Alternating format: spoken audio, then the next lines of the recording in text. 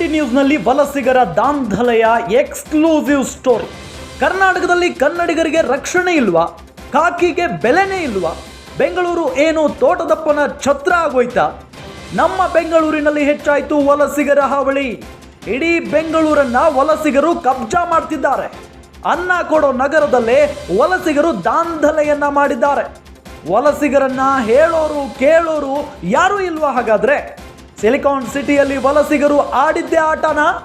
ಅವರು ಮಾಡಬಾರದನ್ನ ಮಾಡಿದ್ರು ಸುಮ್ಮನಿರ್ಬೇಕಾ ನೋಡ್ಕೊಂಡು? ಸಂಗೀತ ಕಾರ್ಯಕ್ರಮದ ವೇದಿಕೆಗೆ ನುಗ್ಗಿ ಕಿಡಿಗೇಡಿಗಳು ಪುಂಡಾಟವನ್ನ ನಡೆಸಿದ್ದಾರೆ. ಬೆಂಗಳೂರಿನ ಸರ್ಜಾಪುರದಲ್ಲಿ ನಡೆದಿರುವಂತ ಘಟನೆ ಇದು. ನಿನ್ನೆ ಸರ್ಜಾಪುರದ ಖಾಸಗಿ ಕಾಲೇಜು ಮೈದಾನದಲ್ಲಿ ಘಟನೆ ನಡೆದಿದೆ. ಗ್ಯಾರಂಟಿ ನ್ಯೂಸ್ ಪ್ರಸಾರ ಮಾಡಿದ್ದ ವಲಸಿಗರ ಅಟ್ಟಹಾಸದ ಸ್ಟೋರಿ. ಪೊಲೀಸರು ಕಾರ್ಯಕ್ರಮ ನಿಲ್ಲಿಸಿದ್ದಕ್ಕೆ ದುಷ್ಕರ್ಮಿಗಳು ರೊಚ್ಚಿಗೆದ್ದು ಬಿಟ್ಟಿದ್ದಾರೆ. ಸ್ಥಳದಲ್ಲೇ ಪೊಲೀಸರಿದ್ದರೂ ಭಯ ಇಲ್ಲದೆ ದಾಂಧಲೆಯನ್ನ ಮಾಡಿದ್ದಾರೆ.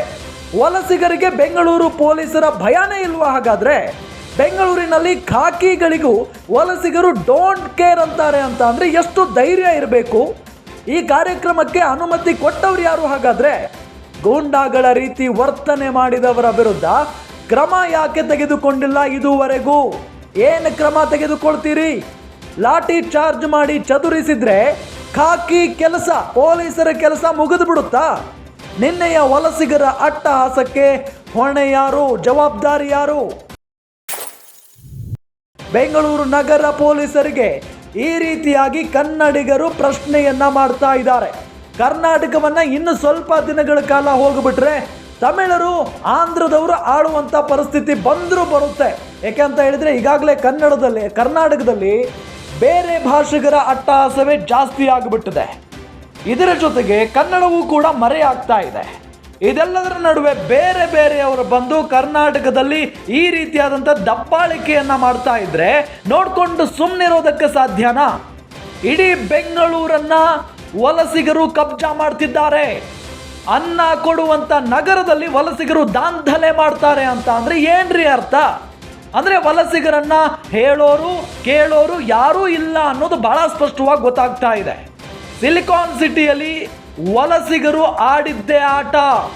ಅವರು ಮಾಡಬಾರದನ್ನ ಮಾಡಿದ್ರೂ ಕೂಡ ನೋಡ್ಕೊಂಡು ಸುಮ್ಮನಿರುವಂತ ಪರಿಸ್ಥಿತಿ ನಿರ್ಮಾಣ ಆಗಿದೆ.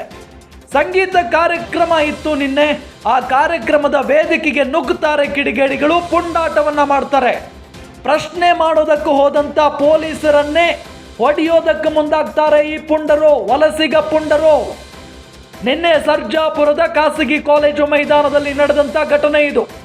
ಈ ವಿಚಾರವನ್ನ, ಈ ಸುದ್ದಿಯನ್ನ ನಿಮ್ಮ ಗ್ಯಾರಂಟಿ ನ್ಯೂಸ್ ಪ್ರಸಾರ ಮಾಡಿತ್ತು. ಪೊಲೀಸರು ಕಾರ್ಯಕ್ರಮ ನಿಲ್ಲಿಸಿದ್ದಕ್ಕೆ ದುಷ್ಕರ್ಮಿಗಳು ರೊಚ್ಚಿಗೇಳ್ತಾರೆ.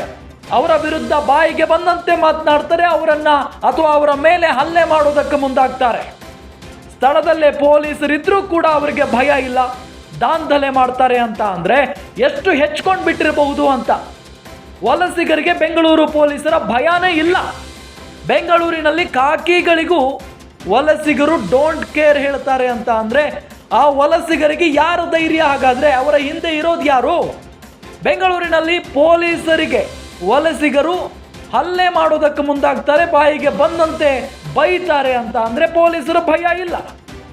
ಈ ಕಾರ್ಯಕ್ರಮಕ್ಕೆ ಅನುಮತಿ ಕೊಟ್ಟವರು ಯಾರು? ಹಾಗಾದ್ರೆ ಸಂಗೀತ ಕಾರ್ಯಕ್ರಮಕ್ಕೆ ಗೂಂಡಾಗಳ ರೀತಿ ವರ್ತನೆ ಮಾಡಿದವರ ವಿರುದ್ಧ ಕ್ರಮ ಏನು ಅನ್ನೋದನ್ನ ಪೊಲೀಸ್ ಇಲಾಖೆ ತಿಳಿಸಬೇಕು, ಸರ್ಕಾರ ತಿಳಿಸಬೇಕು. ಬೆಂಗಳೂರು ನಗರ ಪೊಲೀಸರಿಗೆ ಕನ್ನಡಿಗರು ಪ್ರಶ್ನೆಯನ್ನ ಮಾಡ್ತಾ ಇದ್ದಾರೆ.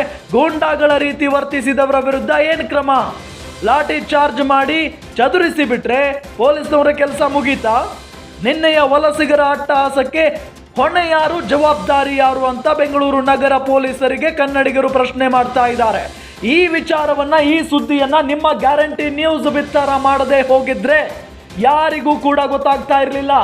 ಯಾವಾಗ ಈ ಸುದ್ದಿಯನ್ನ ನಿಮ್ಮ ಗ್ಯಾರಂಟಿ ನ್ಯೂಸ್ ಪ್ರಸಾರ ಮಾಡ್ತೋ ಆಗ ಪೊಲೀಸರು ಎಚ್ಚೆತ್ತುಕೊಂಡಿದ್ದಾರೆ. ಅಲ್ಲಿಯವರೆಗೂ ಯಾರ ಗಮನಕ್ಕೂ ಕೂಡ ಈ ಸುದ್ದಿ ಇರಲಿಲ್ಲ. ಈಗ ಇಡೀ ಕರ್ನಾಟಕಕ್ಕೆ, ಕನ್ನಡಿಗರಿಗೆ ಈ ಸುದ್ದಿ ತಲುಪಿದೆ. ಹಾಗಾಗಿ ಇಡೀ ಕನ್ನಡಿಗರು ಪ್ರಶ್ನೆಯನ್ನ ಮಾಡ್ತಾ ಇದ್ದಾರೆ. ಗೂಂಡಾಗಳ ರೀತಿ ವರ್ತನೆ ಮಾಡಿದವರ ವಿರುದ್ಧ ಕ್ರಮ ಏನು? ಈ ಕಾರ್ಯಕ್ರಮಕ್ಕೆ ಅನುಮತಿ ಕೊಟ್ಟವರು ಯಾರು? ಲಾಠಿ ಚಾರ್ಜ್ ಮಾಡಿ ಚದುರಿಸಿದ್ರೆ ಖಾಕಿ ಕೆಲಸ ಮುಗೀತಾ? ನಿನ್ನೆಯ ವಲಸಿಗರ ಅಟ್ಟಹಾಸಕ್ಕೆ ಹೊಣೆ ಯಾರು ಅಂತ ಪ್ರಶ್ನೆಯನ್ನ ಮಾಡ್ತಾ ಇದ್ದಾರೆ ಕನ್ನಡಿಗರು.